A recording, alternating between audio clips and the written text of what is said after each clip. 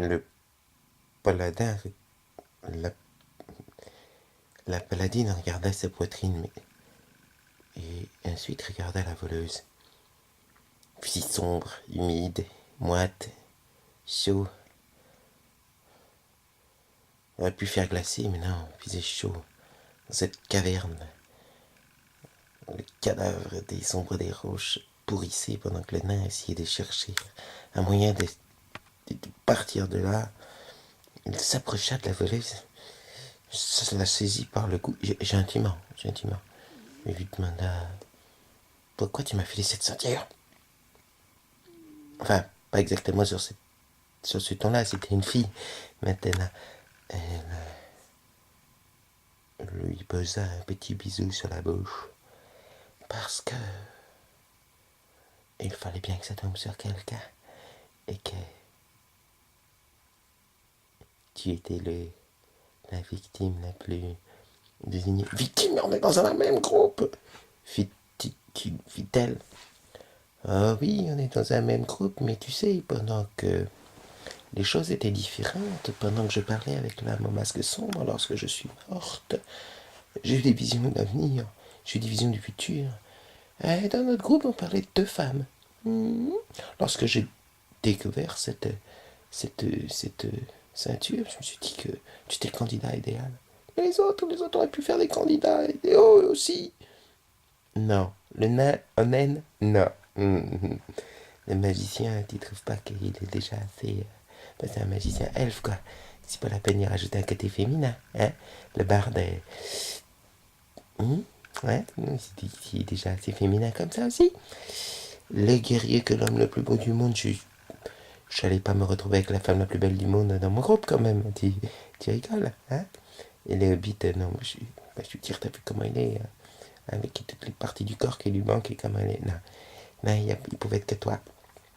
Et enfin,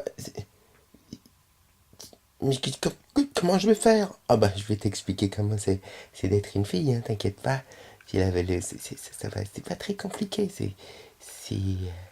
mais j'aime pas j'aime pas les hommes, fit-il.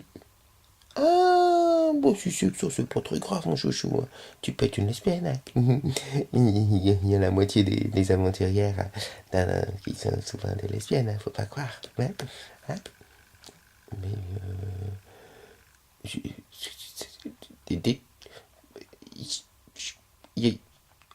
le paladin se mit à pleurer. Le nain revint vers le groupe des 2 filles et leur fit « Bon, bah, les filles, il y a un passage. Mais c'était trop, c'est humide. Ah, si vous pouviez passer en premier. Nu. C'est possible. C'est vraiment très étroit et très humide. » La voleuse mit une claque au nain, qui l'accepta de bon cœur. Petit con. Et s'engagea dans le passage étroit et humide, sans se déshabiller. Tu vois comment il faut faire avec les âmes. Il ne faut pas céder à tous leurs caprices. Elle pénétra dans le passage long, humide et étroit, et marcha pendant une bonne demi-heure pour arriver à une salle où se trouvait une cohorte de kobolds. Elle revint parler de sa trouvaille au groupe d'aventuriers. La paladine respira 3 ou 4 coups, accepta son sort, se disant que bon, elle trouverait peut-être quelqu'un pour lever la malédiction. Elle veut bien insister auprès du magicien et du barde. Non, ils ne savaient rien. Bien que le barde souriait quelque peu d'une façon louche, qui pouvait laisser penser croire qu'il avait peut-être une solution malgré tout. Et tous s'engagèrent dans le tunnel à la suite de la voleuse.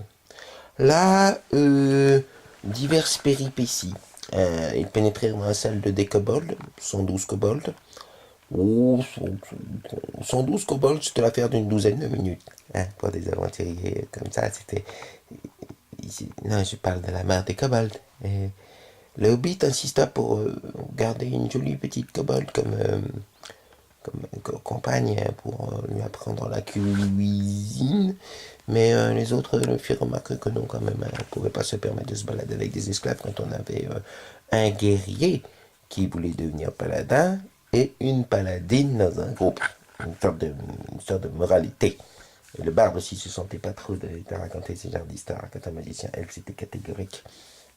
À moins que le kobold ne pût devenir son familier. C'est vrai qu'il était à la recherche d'un familier exotique.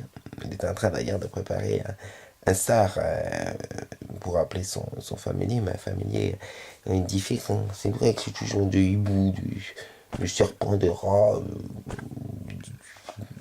un peu con quand on peut avoir la chance d'être réveillé à très chose. Enfin bon, sur le cadavre du chaman kobold qu'ils avaient très largement éclaté, hein, ils trouvèrent quelques inscriptions en kobold que le barde put sans peine déchiffrer et qui mentionnaient un culte lancé par les kobolds à une plus grande entité avec un plan d'une partie du labyrinthe. Les kobolds trouvèrent aussi une sorte de déversoir par un tunnel qui descendait du plafond où la nourriture des kobolds leur était livrée. Une grille dont la magie était tellement supérieure qu'il était impossible de la défaire. Donc, ça aurait pu être un moyen de sortir des labyrinthes. Non. Donc, ils décidèrent d'aller à l'endroit où les kobolds établissaient leur culte à une entité un peu plus grande. Encore 2 ou 3 heures à errer dans le labyrinthe, entendre parfois au loin les mugissements aigris des minotaures qui n'avaient pas pu les exercer lorsqu'ils débouchèrent dans une nouvelle salle où là il s'y trouvait des âmes lézards.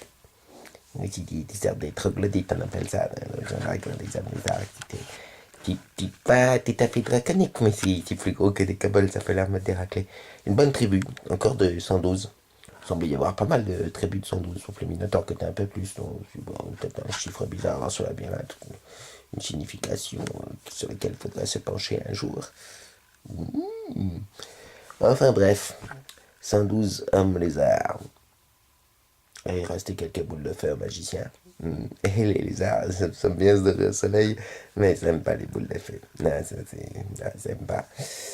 Là, le combat a pris un peu plus de temps. Il faut dire ce qu'il y a. Des kobolds, c'est facile. Des hommes lézards, c'est plus difficile. Le magicien s'est fait mordre très sévèrement au genou. Hein. Il tomba tout juste pile, comme on dit, à la limite de la barrière du négatif, comme on dit un petit peu, ça fait mal quand... enfin bon, moi, elle avait lancé toutes ses boules de feu. La voleuse aussi hein, se fit prendre sérieusement en tenaille, elle qui aimait bien prendre les gens en tenaille. Pareil, hein, Ota, j'ai commencé à devenir lourd parce qu'elle combattait en binôme avec le guerrier, il s'y retrouva légèrement débordé, mais aidé par la paladine qui, contre fortune bon cœur, s'en donna encore joie contre les âmes lézards qui étaient mauvais. Ça l'empêcha pas de tomber elle aussi, en protégeant le guerrier. Ne restèrent plus debout finalement qu'à la fin de ce combat. Le nain, le nain tombe peu. Enfin, normalement le nain tombe beaucoup, mais non, dans ce groupe le nain tombe peu. Oui, là, c'est pas, une particularité ici, c'est qu'elle avait la meilleure armure du groupe, l'enfoiré. Mais c'est un genre dragon, enfin, je veux dire, c'est l'armure qui compte quand même, c'est l'armure qui tombe. Donc le nain debout, tant mieux, hein, c'était le prêtre. Et les guerriers, ah bah, le guerrier, et puis le barde, le barde, t'es derrière, oui, t'es bien derrière, hein, il était resté derrière le barde, donc il se fait soigner aussi un petit peu. Ouais. Puis le hobbit, qui de toute façon était resté derrière, faisait assez pour soigner leurs 3 compagnons, et ils firent un bivouac sur le monceau de cadavres des hommes lézards, après avoir fouillé les cadavres. Là, ils trouvèrent un plan qui indiquait que les hommes lézards vénéraient des entités encore plus grandes. C'est pas fini, fit le nain. Mais on en a pour combien de temps dans ce foutu labyrinthe? La barde réfléchit, fit quoi, fit le nain? Ça peut être pour l'éternité, hein. On était prisonniers de la Dame des Douleurs, je vous rappelle, les gars. Bon. Sinon, on fait quoi pour ceux qui sont tombés? Les filles, elles sont tombées, après tout. Le guerrier regarda le nain et lui fit remarquer que non, on ne violait pas les compagnes qui étaient tombées, ça se faisait pas. Mais c'est pas des viols, si je suis d'accord, fit le nain. On va pas recommencer ce qu'on a fait pendant déjà quelques semaines quand on était tout traumatisé par Ploufna. On va être gentil. elle va les soigner. Et demain matin, elles seront peut-être gentilles et nous témoigneront de la reconnaissance. Regarde, les guerriers, oui, la reconnaissance, tu parles. Enfin bon. Ils en étaient là à faire leur campement lorsqu'ils entendirent un grondement sonore, très sonore, qui leur fit penser à tous qu'ils avaient affaire à un dragon. La suite la prochaine fois. Mais non, pas de viol dans nos équipes d'aventuriers, ça se fait pas. Ou alors, faut vraiment que ça se sache pas.